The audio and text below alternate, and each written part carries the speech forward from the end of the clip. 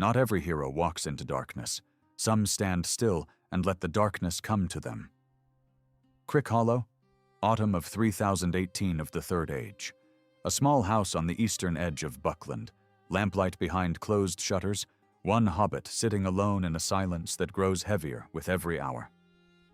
Fredegar Bolger, Fatty, as his friends called him, knew exactly what was coming. He had volunteered to stay. Most people remember the conspiracy.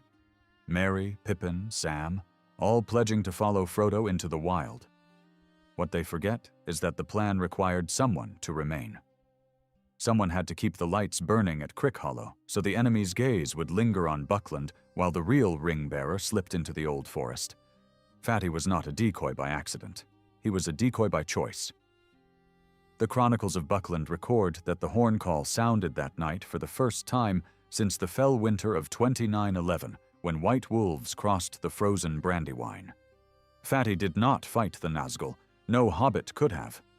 But when the Black Riders broke down the door and found the house empty, it was because he had already fled toward the nearest alarm post. A coward runs from danger. Fatty Bolger ran toward the only weapon Buckland had. In medieval siege warfare, the role of the decoy was considered the most thankless assignment a soldier could accept, not because the fighting was harder, but because discovery was guaranteed. Fatty understood this. He feared the world beyond the Shire so deeply that he refused to cross the Brandywine Bridge. Yet he accepted the one role that ensured the enemy would come to him first. And here is what almost no one remembers. During the scouring of the Shire, Fatty led a band of rebels in the hills of Skerry. He was captured, thrown into the lockholes, and starved until he was barely recognizable. The hobbit they called Fatty was no longer fat at all. But this is where the real weight of his story lands.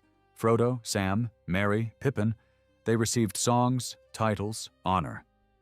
Fatty Bolger received his old nickname back, and a quiet return to ordinary life. History remembered the four who walked into Mordor. It forgot the one who sat in an empty house and waited for the knock on the door. There is a kind of courage that never gets a sword, never stands on a victory field. It simply sits in a chair, hears hoofbeats in the dark, and does not leave until the very last moment.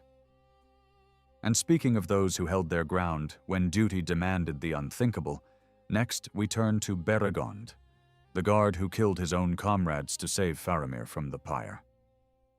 There is a law older than any kingdom. A guard does not leave his post.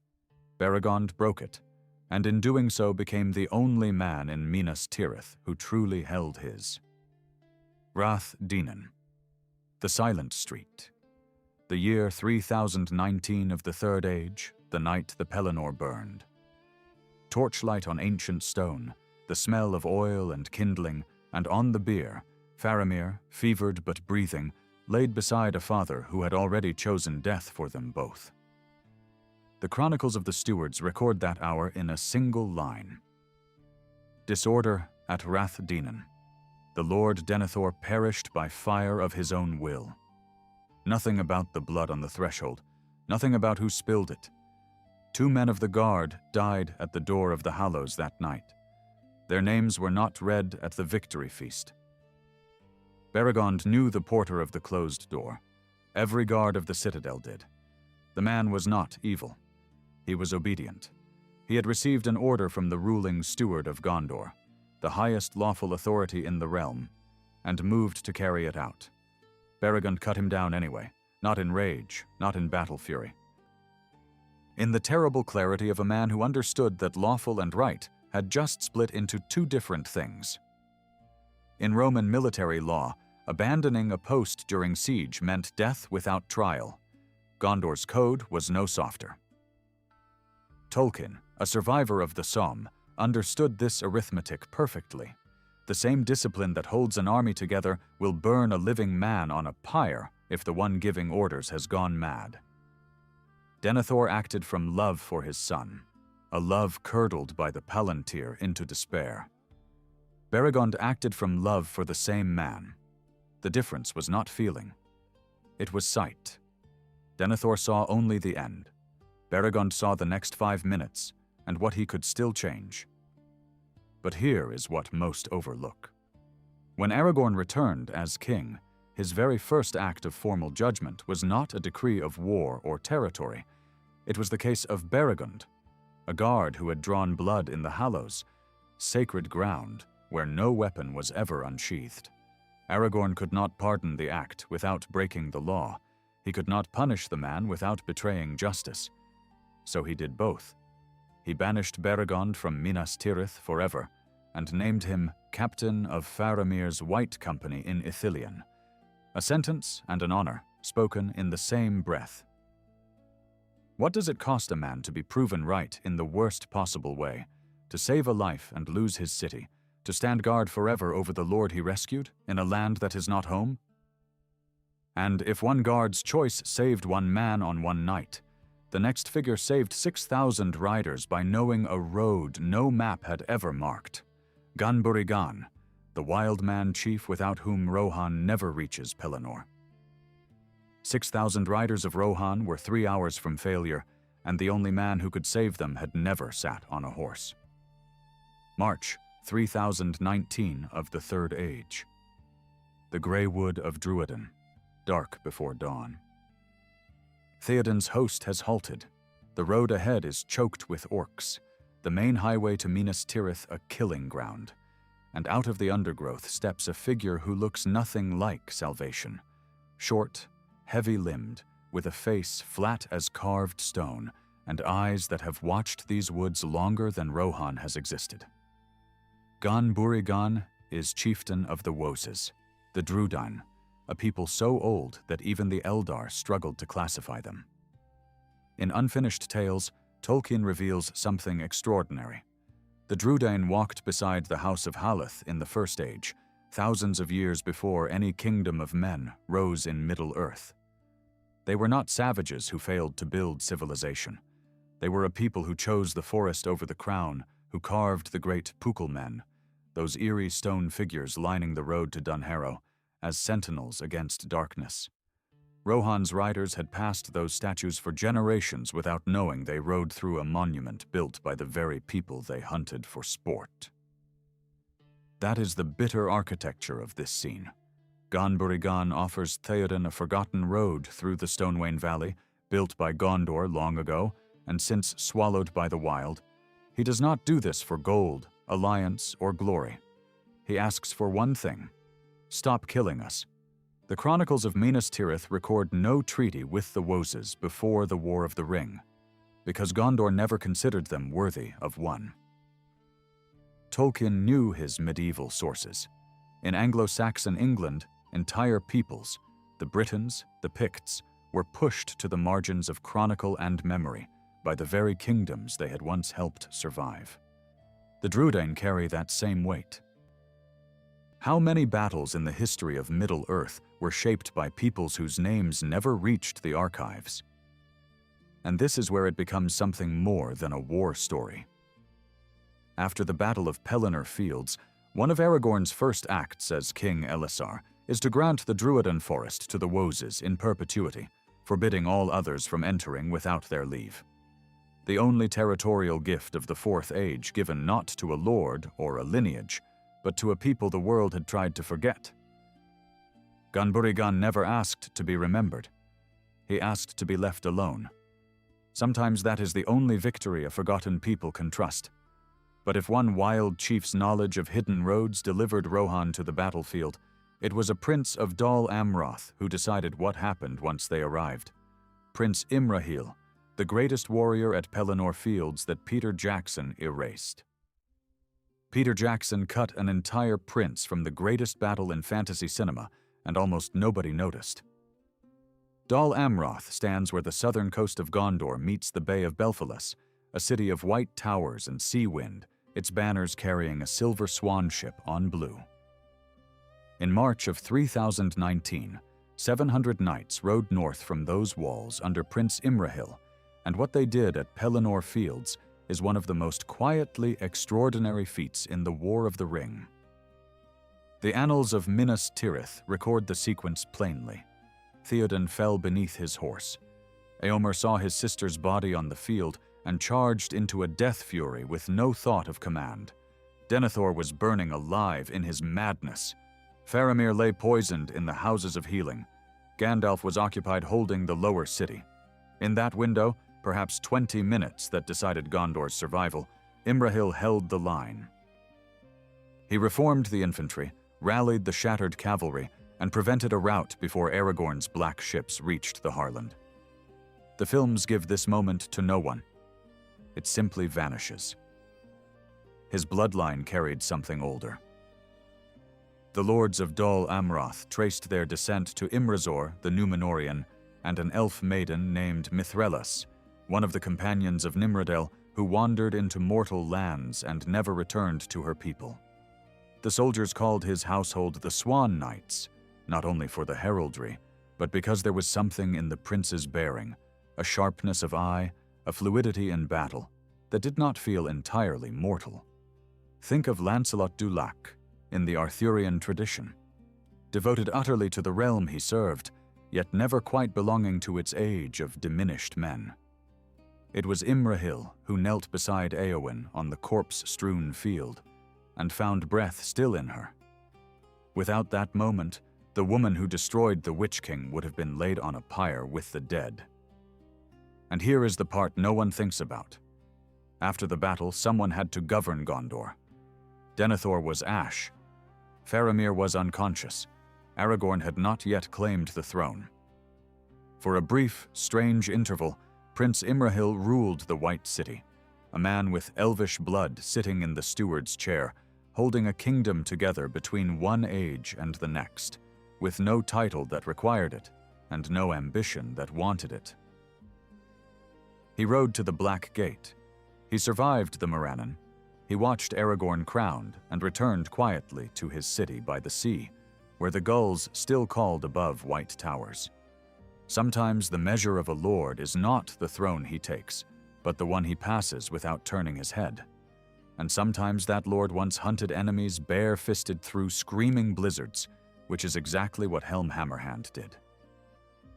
Helm Hammerhand did not earn his name on a battlefield. He earned it in a feasting hall, with one blow of his fist that killed a man where he stood. The year is 2758 of the Third Age. The Hornburg, that ancient fortress cut into the living rock of the White Mountains, is surrounded.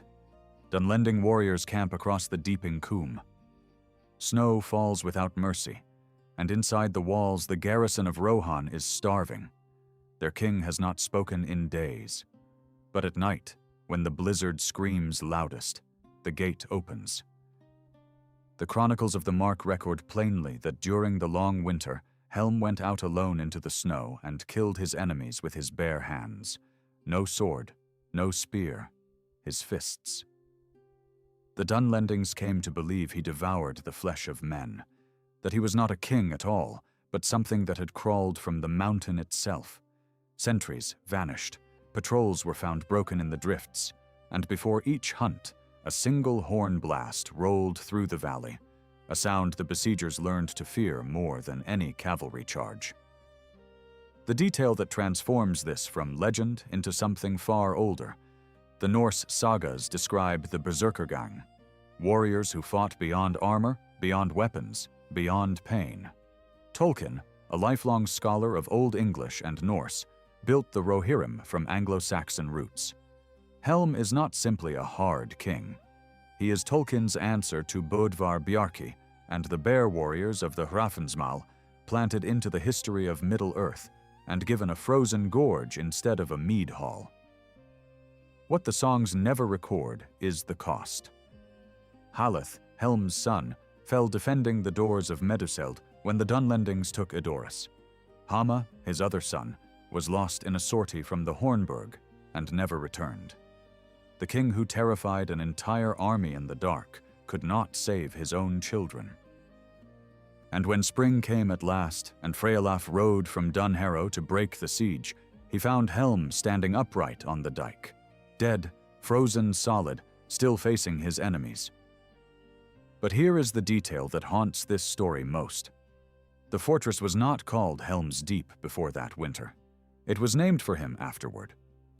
Every time Theoden rode to that same refuge centuries later in the War of the Ring, he was sheltering inside a dead man's monument, and he knew it.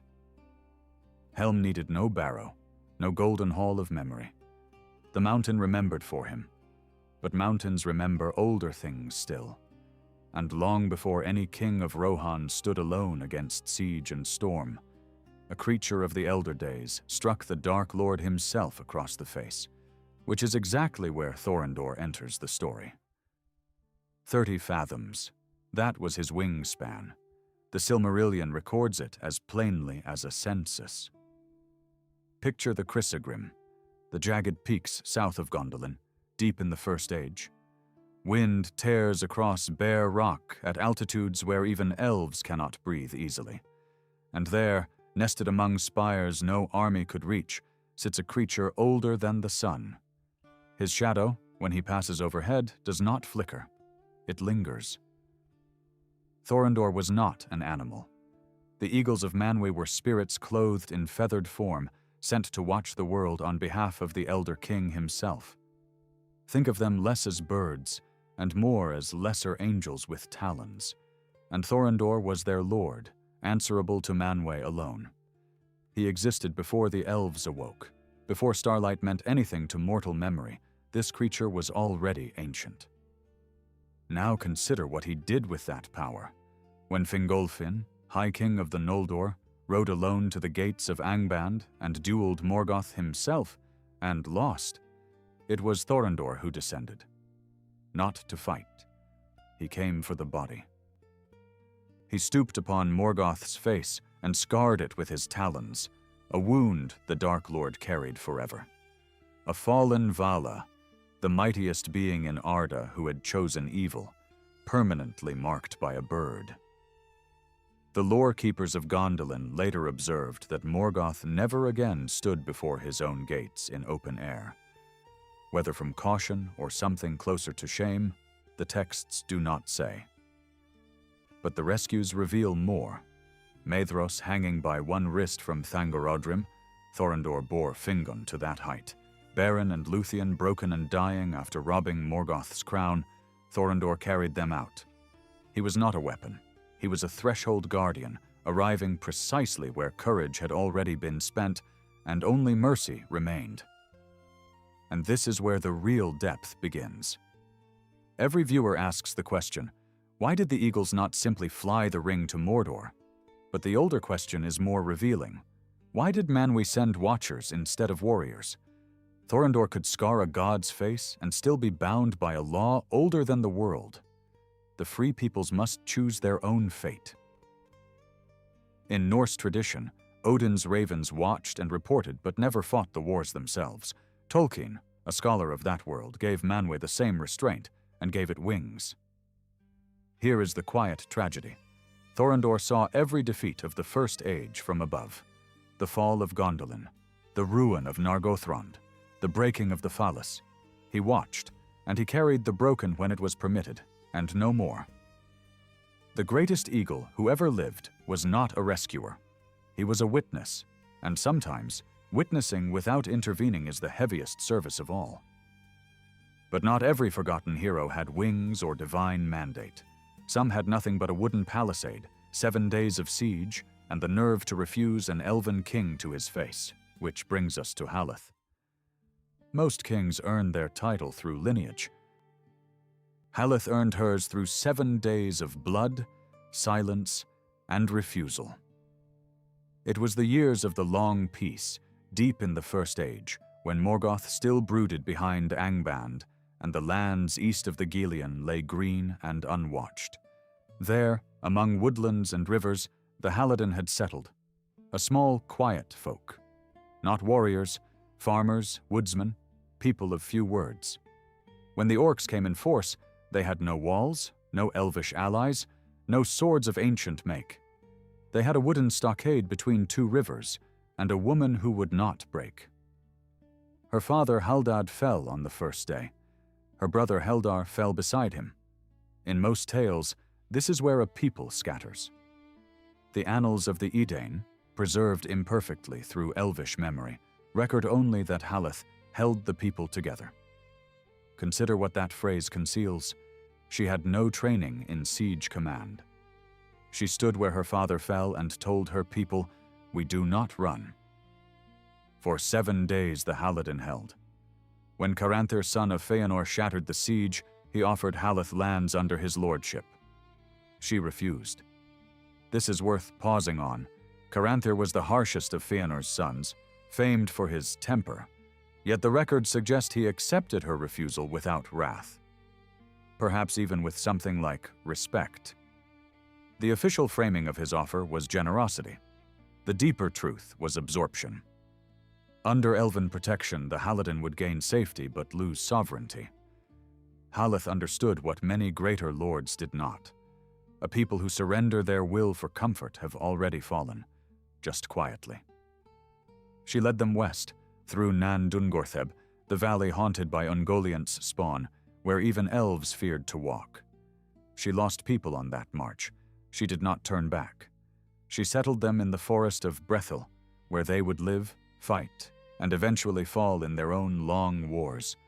She never married. She never named an heir. The comparison with Boudica is tempting, but Boudica fought to avenge a wound. Haleth fought simply to continue existing on her own terms. How many rulers in any age can truthfully say the same? But here is what stays with you.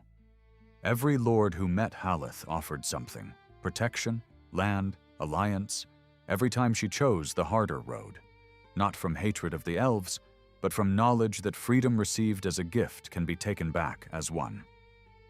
She never wore a crown, yet an entire people bore her name for 500 years after her burial mound was raised beneath the trees of Brethil. And if you think 7 days behind a stockade is the full measure of mortal defiance, wait until you hear what Hurin endured for 28 years, chained upon Thangorodrim, staring into the face of Morgoth himself. 28 years, not in a dungeon, not in darkness, worse, in perfect sight. The dust of Anfauglith still hung in the air when Hurin Thalion planted his feet on the corpse mound and refused to die. It was 472 of the First Age. The Nirnaeth Arnoediad, the battle of unnumbered tears, had broken the last alliance of elves and men. Turgon was retreating toward hidden Gondolin, and someone had to hold the pass. Hurin held it alone. The old lays record that he wielded his axe two-handed, and that the black blood of Gothmog's Trollguard was so foul it withered every blade he swung, so he seized another from the dead, and another, and another. 70 trolls fell. With each stroke he cried the same words, "Ore and Tuluva, day shall come again." Morgoth heard every syllable. This is the detail most retellings miss. Morgoth did not punish Hurin for fighting. Dark Lords expect resistance. He punished him for hope. That cry was not a battle shout. It was a prophecy, spoken with total conviction by a mortal man on a hill of his own dead. And Morgoth, who had once sung discord into the fabric of creation itself, could not make one man stop believing the light would return. So he devised something more precise than death. He bound Hurin to a stone chair on Thangorodrim and gave him sight, Morgoth's own sight, to watch as his son Turin stumbled from ruin to ruin, and his daughter Nienor walked toward a fate the Valar themselves do not name lightly. 28 years, seeing everything, able to do nothing. In Norse myth, Loki is chained beneath a serpent until Ragnarok, but Loki earned his chains through treachery. Hurin earned his through defiance. But here is where the true horror lives. When Morgoth released him, Hurin was not broken. He was bent. He carried Morgoth's malice like a splinter behind his eyes, and everywhere he walked, he brought ruin to the people who had once sheltered his kin. The curse did not need chains. It only needed grief, and time, and a proud man who did not know his sight was no longer his own.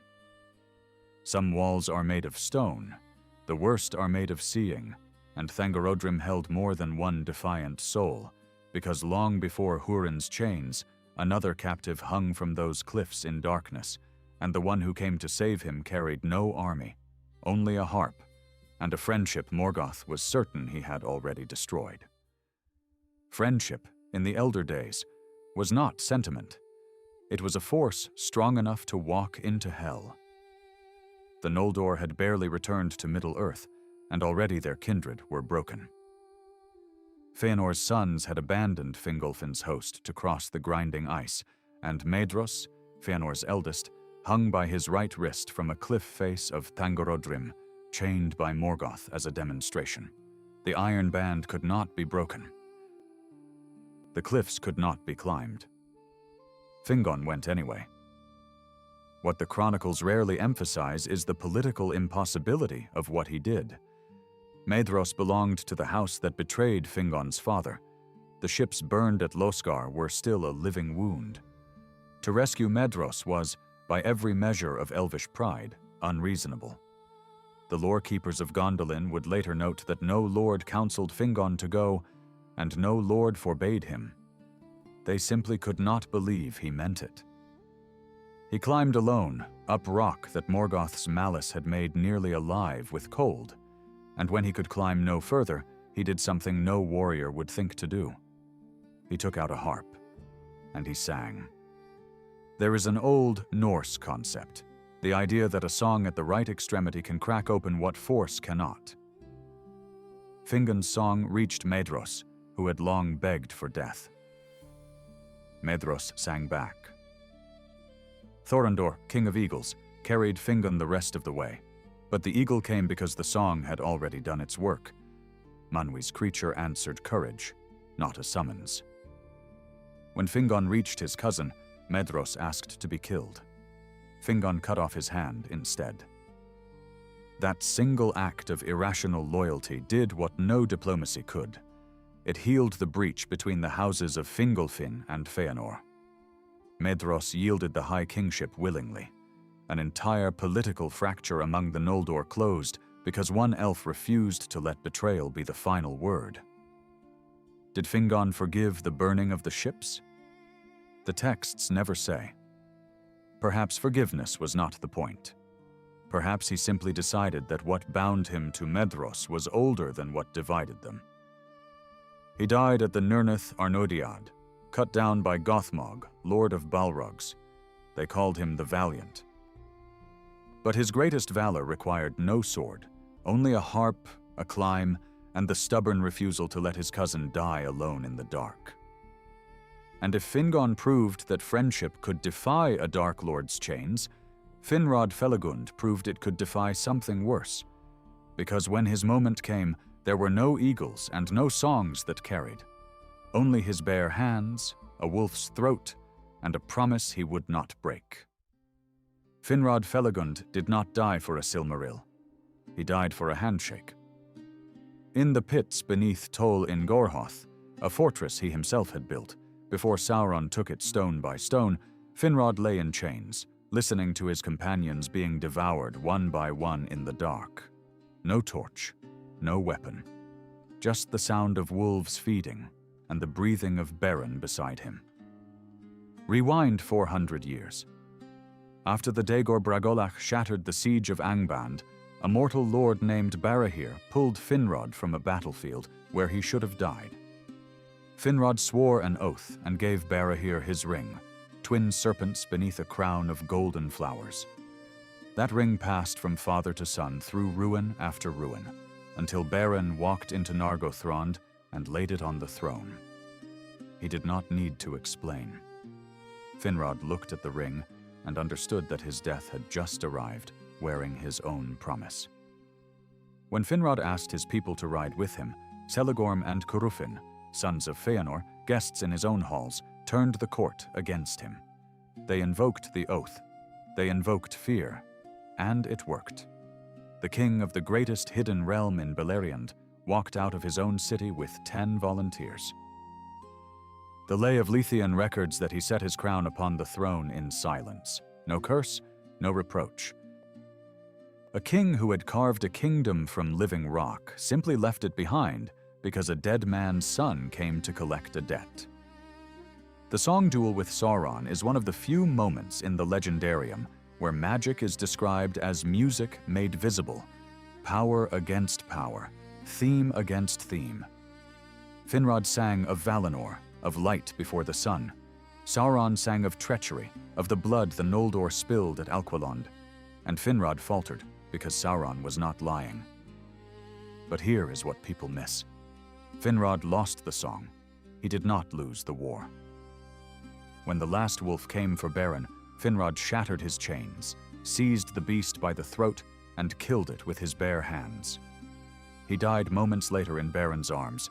No army, no rescue, no light of Valinor in that pit. Just a king honoring a 400-year-old promise to a man whose ancestor had once pulled him from the mud. Norse sagas call this drengskaper, the quality of one who pays every debt, even the one that costs his life. Tolkien, who breathed those sagas, built Finrod as the purest expression of that idea. Not the mightiest of the Noldor, not the most tragic, simply the most faithful. And if you want to know what became of the wolf's master, the Dark Lord who sang Finrod into chains and fed his companions to beasts, you need to meet the hound that came for him next. A dog. The being that broke Sauron's power for the first time in all the ages of the world was a dog. On the Isle of Tol in Garhoth, in the blackest hour of the First Age, the river Sirion ran foul with the stench of werewolves. Sauron sat in Morgoth's stolen tower, feeding Finrod's companions one by one to his beasts. And across the bridge came a wolfhound the size of a small horse, silent, unhurried, with eyes that had seen the light of the two trees. Juan was bred by Orome the huntsman in the Blessed Realm and given to Celegorm, son of Feanor. He followed the Noldor into exile, not out of rebellion, but out of loyalty to his master.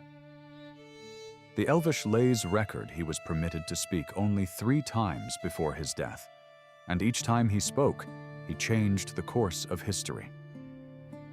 A creature given 3 sentences across an entire immortal life, and not one of them was wasted.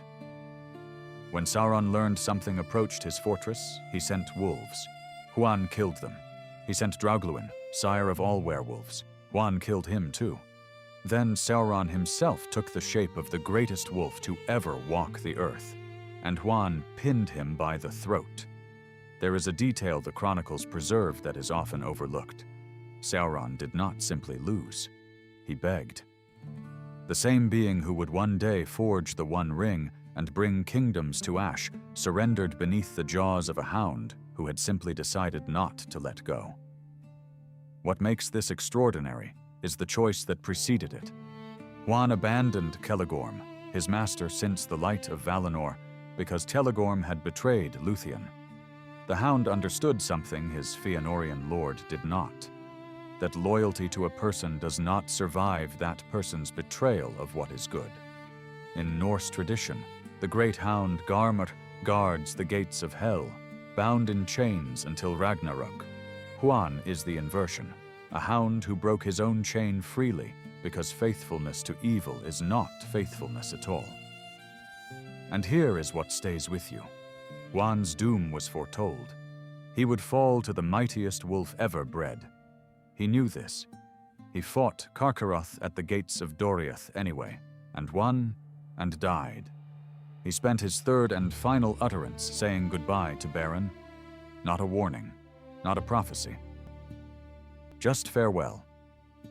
Was he only a beast? The valor shaped him. The light of Amen burned in his eyes, and his choices carried more moral clarity than half the lords of the Noldor. Perhaps the question is not whether Huan had a soul, but why we assume a soul requires speech. He did not speak often. He did not need to. And that brings us to the close of our 11 forgotten heroes of Middle-earth. But before you go, stay for the outro. You know what genuinely surprises me about all of this? Not that these 11 were forgotten. That was inevitable.